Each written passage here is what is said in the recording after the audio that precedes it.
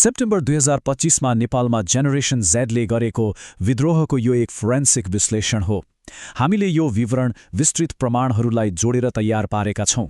आन्दोलनको केन्द्रमा यही भावना थियो। रक्षाबन्धनको यो भनाइले नै त्यो बेलाको मागलाई प्रष्ट पार्छ। जवाफदेहिताको एक चर्को आवाज। त्यसो भए कुरा यहाँसम्म कसरी आइपुग्यो त? वर्षौंदेखि थुप्रिएको त्यो आक्रोश कसरी एकैचोटि विस्फोट भयो? आउनुहोस् यसको जरोसम्म पुगेर हेरौं। हेर्नुस्, वर्षौंदेखि वाचाहरू मात्रै भए, तर काम भएन। भ्रष्टाचार त सामान्य नै भइसकेको थियो र यसको सबैभन्दा ठूलो मारमा परेका थिए युवाहरू। अवस्था कस्तो थियो भने हरेक 5 युवामध्ये 1 जना बेरोजगार। यस्तो स्थितिले राजनीतिक नेतृत्वप्रति आक्रोश नबढेर के हुन्छ र? अनि त्यही थुप्रिएको बारुदमा झिल्कोको काम गर्यो सरकारको एउटा निर्णयले। सेप्टेम्बर 4मा सरकारले सामाजिक सञ्जालमाथि प्रतिबन्ध लगाइदियो। यो त त्यस्तै भयो मानौ असन्तुष्टि पोख्ने एउटै ठाउँ थियो, त्यसलाई पनि बन्द गरिदियो। अब कुरा गरौँ प्रदर्शनको त्यो पहिलो दिनको, सेप्टेम्बर 8। यही दिन घटनाक्रमले यस्तो दुःखद मोड लियो कि त्यसपछि सबै कुरा नियन्त्रण बाहिर गयो। बिहानको समय थियो, सोचेभन्दा धेरै 10,000 प्रदर्शनकारी सडकमा उत्रिए। उनीहरूले पहिलो प्रहरी ब्यारिकेड तोडे, स्थिति तनावपूर्ण बन्दै गयो र सरकारले शहरव्यापी कर्फ्यू घोषणा गर्यो।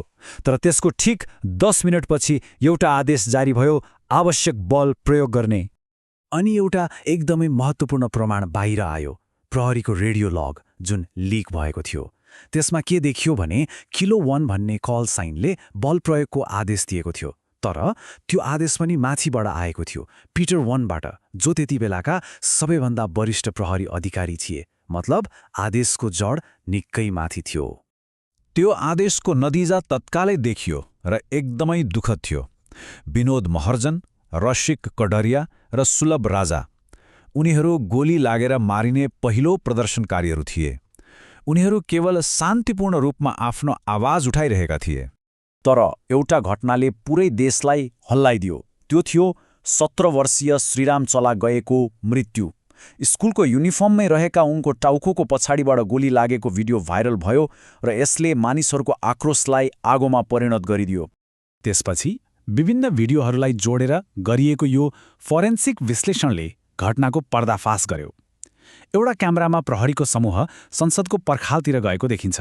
अर्कोमा 7 पटक गोली चलेको आवाज सुनिन्छ र योगेन्द्र ढल्छन्। अनि तेस्रो क्यामेराले प्रहरीको लोकेसन पुष्टि गर्छ, जसबाट के प्रष्ट हुन्छ भने गोली संसद भवनभित्रैबाट चलाइएको थियो, निशस्त्र प्रदर्शनकारीहरूमाथि। अब जाउँ अर्को दिन, सेप्टेम्बर 9मा।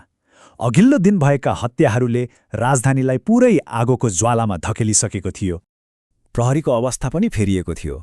पहिलो दिन उनीहरूले भिडलाई रोक्न खोजे, तर दोस्रो दिनसम्ममा उनीहरू सङ्ख्यामा पनि कम भए, थाकेका पनि थिए।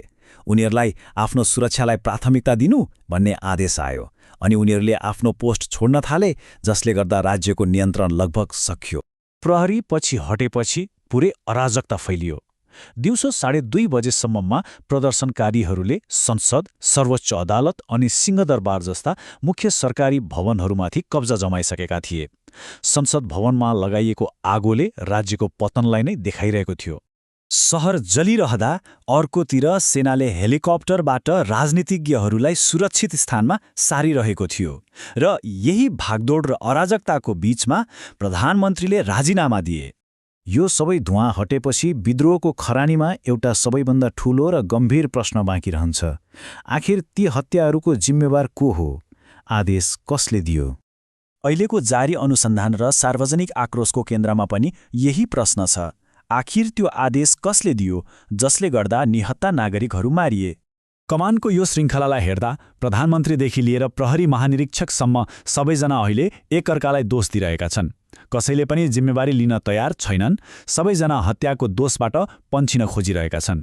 र अन्त्यमा एउटा प्रश्न हामी सबैको मनमा रहिरहन्छ। जुन पुस्ताले जवाफदेहिताका लागि यत्रो ठूलो मूल्य चुकायो, के उनीहरूले खोजेको न्याय र जवाफदेहिता कहिल्यै पाउलान् त? यो यस्तो प्रश्न हो जसको उत्तरले सायद नेपालको आउने दिनहरू कस्तो हुन्छ भन्ने कुरा निर्धारण गर्नेछ।